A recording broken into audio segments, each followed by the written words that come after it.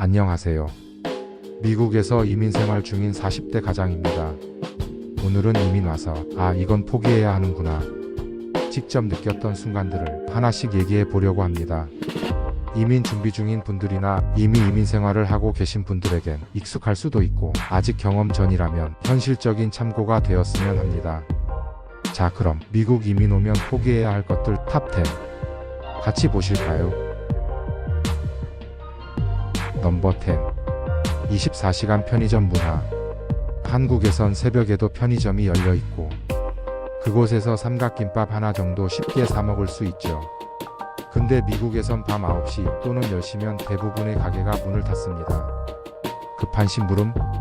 미국에선 미리 준비하지 않으면 낭패입니다. 넘버 9. 가까운 가족과 지인 관계. 한국에선 친구 만나 밥 먹고 부모님 얼굴 뵙는 게 자연스러웠죠. 근데 이민 오면 물리적 거리와 시차 때문에 가족이나 친구들과 점점 멀어질 수밖에 없습니다. 문득 가족이나 친구들과의 밥 한 끼가 무척 그리워지네요. 넘버 8. 익숙한 한국인만의 정서.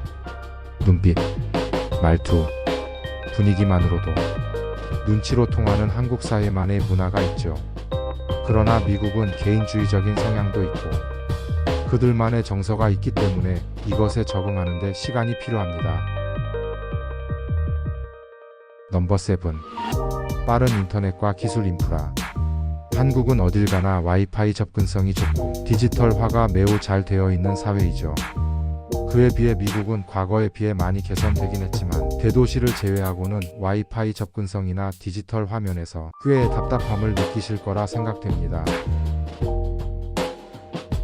넘버 6. 안정적인 치안. 한국에서는 밤에 혼자 길을 걸어도 크게 걱정하거나 불안해하진 않죠. 그러나 미국의 도시들에서는 해가 지면 가급적 밖에 돌아다니지 않는 것이 좋습니다. 미국의 총기나 마약 관련 사건 뉴스를 접하다 보면 아무래도 더 긴장할 수밖에 없겠죠. 넘버 5. 대중교통의 편리함.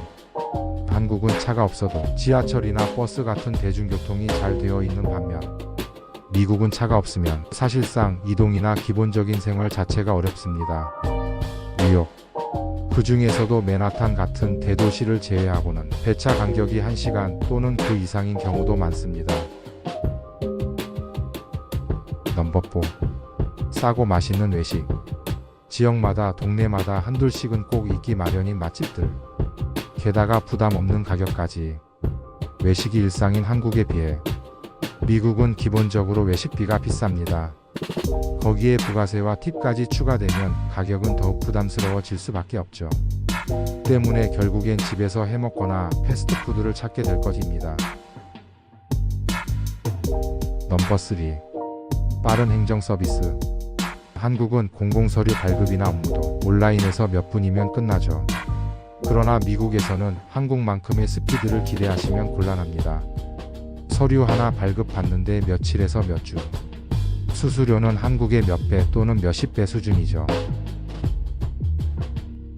넘버 2. 빠르고 저렴한 배달 문화.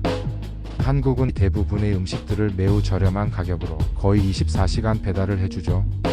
그러나 미국에서는 이런 배달 서비스를 기대하시면 안 됩니다.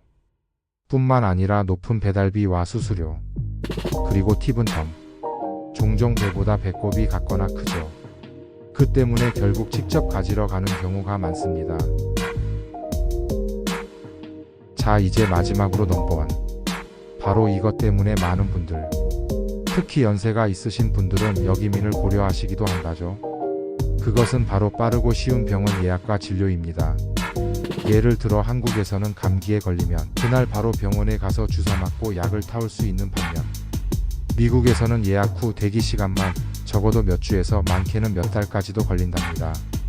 그에 더해 한국에서는 상상하기 어려운 수준의 높은 진료비. 그 때문에 웬만하면 그냥 참고 넘기는 경우가 많습니다.